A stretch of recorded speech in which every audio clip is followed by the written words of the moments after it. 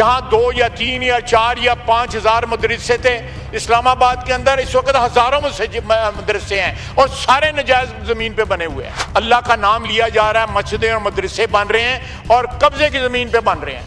آپ نے فرمایا کہ مدارس میں قبضے کی زمین ہے، تو ذرا یہ بھی بتائیے کہ سرکاری زمینوں پر جو محلات بنے ہوئے ہیں، جو بیوروکریٹس نے درجنوں کنالوں پر گھر بنائے ہیں، ان پر آپ کب بات کریں گے؟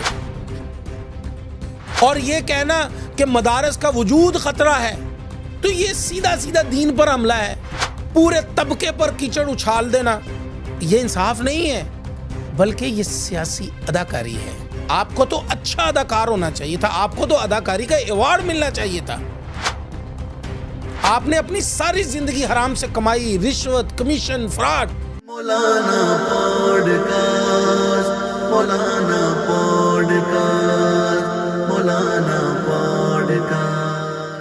السلام علیکم ورحمۃ اللہ وبرکاتہ۔ ناظرین، آپ دیکھ رہے ہیں مولانا پوڈ کاسٹ سے اپنے پیارے ہوسٹ محمد ابو بکر کو۔ آج ہم بات کرنے جا رہے ہیں ایک ایسے وزیر صاحب کے بارے میں جن کا عہدہ تو ہے وزیر دفاع کا، لیکن پتہ نہیں کیوں ان کے بیانات ہمیشہ مدارس اور مذہبی طبقے کے دفاع کے خلاف ہی ہوتے ہیں۔ جی ہاں، میں بات کر رہا ہوں محترم جناب خواجہ آصف صاحب کی۔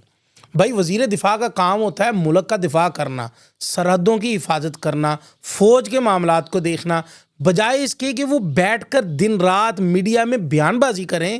لیکن لگتا ہے کہ ان کو راتوں کو بھی سکون نہیں آتا جب تک وہ کسی نہ کسی بیان سے اپنا نام میڈیا میں ٹاپ پر نہ لے آئیں۔ اب کل انہوں نے قومی اسمبلی کے اندر کھڑے ہو کر فرمایا کہ اسلام آباد میں ہزاروں مدارس ایسے ہیں جو قبضے کی زمینوں پر بنے ہوئے ہیں۔ جہاں 2 یا 3 یا 4 یا 5 ہزار مدرسے تھے، اسلام آباد کے اندر اس وقت ہزاروں مدرسے ہیں اور سارے نجائز زمین پہ بنے ہوئے ہیں۔ اللہ کا نام لیا جا رہا ہے، مسجدیں اور مدرسے بن رہے ہیں اور قبضے کی زمین پہ بن رہے ہیں۔ واہ جی واہ، کیا نیا تیر مار لیا آپ نے۔ لیکن سوال یہ ہے، نام لیجئے نا، ثبوت دکھائیے نا۔ جب آپ اسمبلی میں کھڑے ہو کر پارلیمنٹ کے فلور پر ہیں تو آپ کے الفاظ قانون کی طرح وزن رکھتے ہیں۔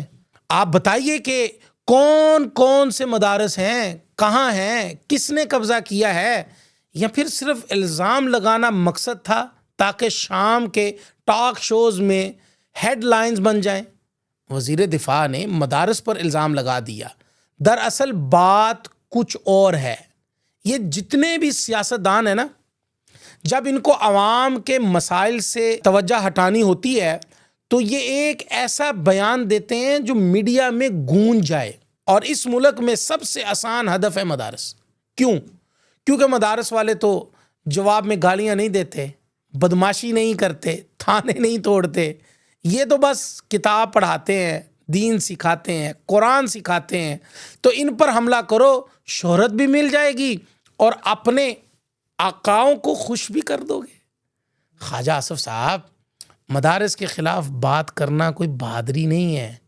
یہ وہ ادارے ہیں جنہوں نے اس ملک میں قال اللہ قال الرسول کی صداؤں کو بلند کیا ہے، جنہوں نے قرآن کی روشنی کو پھیلایا ہے، یتیموں کو سہارا دیا ہے، اور ایسے طلباء کو تعلیم دی ہے جن کے والدین اسکول کی فیسیں تک نہیں دے سکتے۔ یہ وہ ادارے ہیں جنہیں چیریٹی پر چلتے ہیں، یہ وہ ادارے ہیں جو آپ کا حسن دکھاتے ہیں۔ آپ ان پر قبضے کا الزام لگا کر ان کی عزت مجروح کر رہے ہیں۔ آپ یہ بات سمجھ نہیں آتی کہ کیا آپ کے محکمے ہیں، وزارت دفاع میں سب کچھ بالکل ٹھیک چل رہا ہے؟ بتائیں، آپ ٹھیک چل رہا ہے؟ کیا بارڈر محفوظ ہیں؟ کیا دفاعی نظام میں کوئی خامی نہیں؟ کیا وہاں کے مسائل چھپانے کے لیے آپ مدارس پر بات کر رہے ہیں؟ یہ تو ویسے ہی ہے نا جیسے کسی کے گھر میں آگ لگی ہو اور وہ دوسرے کے صحن میں جان کر کہے، دیکھو تمہارے لان میں گھاس کٹی ہے یا نہیں۔ خواجہ آصف صاحب، یہ پہلا موقع نہیں ہے کہ آپ نے مدارس کے خلاف اپنی زبان جو ہے نا وہ کھولی ہو۔ مدارس کے خلاف یہ بغض پرانا ہے آپ کا۔ جب بھی الیکشن قریب آتا ہے یا حکومت کی کارکردگی پر سوال اٹھتا ہے تو مدارس کے نام آپ لیتے ہیں۔ کیونکہ آپ جانتے ہیں کہ ملک کا عام مسلمان مدرسے کو دل سے چاہتا ہے، تو ان کا بیان فوراً وائرل ہوگا، بس شہرت ملے گی، مقصد پورا ہوگا۔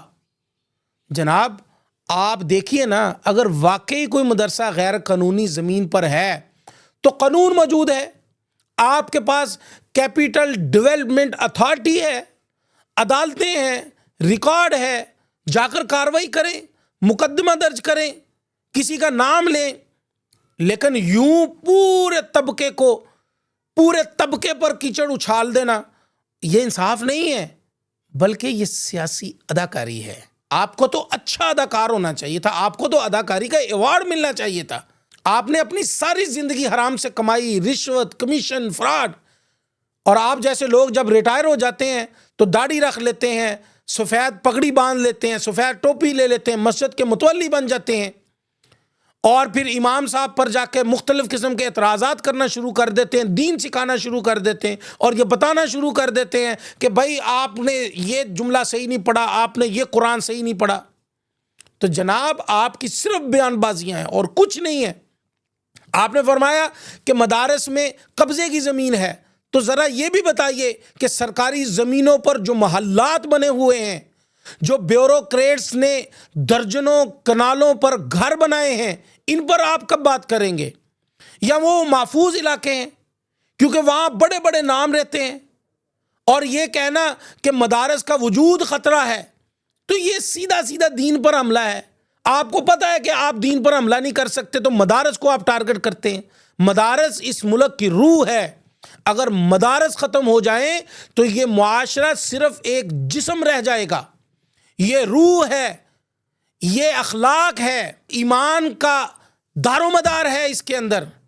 یہ وہی مدارس اور وہی ادارے ہیں جہاں سے قرآن کی خوشبو آتی ہے، جہاں بچے صبح سویرے جب آپ خواب غفلت سو رہے ہوتے ہیں اللہ اکبر کہتے ہیں، بسم اللہ الرحمن الرحیم پڑھتے ہیں، تلاوت کرتے ہیں۔ تو آپ کے اندر سے تو مجھے الرجی کی خوشبو آ رہی ہے، آپ کو کہیں الرجی ہو گئی ہے، آپ اپنے آقاؤں کو خوش کرنے پر تلے ہوئے ہیں۔ تو آپ پہلے تحقیق کریں، ثبوت لائیں، ثبوت کے ساتھ آپ جو ہے وہ اسمبلی کے فلور پر کھڑے ہو کر ان مدارس کا تذکرہ کریں، اپنے اداروں کو مضبوط کریں، اپنے اداروں کے ساتھ آپ کھڑے ہو کر اپنے اداروں کو وہ تمام کے تمام ریکارڈ اور ثبوت مہیا کریں۔ آخر میں میری عوام سے بھی گزارش ہے، کسی کے بیان پر فوراً یقین نہ کریں۔ مدارس والے بھی اسی ملک کے شہری ہیں، انہیں بھی عزت اور احترام کا حق ہے۔ فرق صرف اتنا ہے کہ وہ حکومت سے تنخواہ نہیں لیتے، اللہ کے نام پر کام کرتے ہیں۔ تو اگلی بار جب کوئی وزیر مدارس پر انگلی اٹھائے تو آپ پوچھئے، نام بتاؤ، ثبوت دکھاؤ، ورنہ آپ کا یہ بیان محض سیاست ہے، اور ہم سیاست کے لیے دین کو بدنام نہیں ہونے دیں گے۔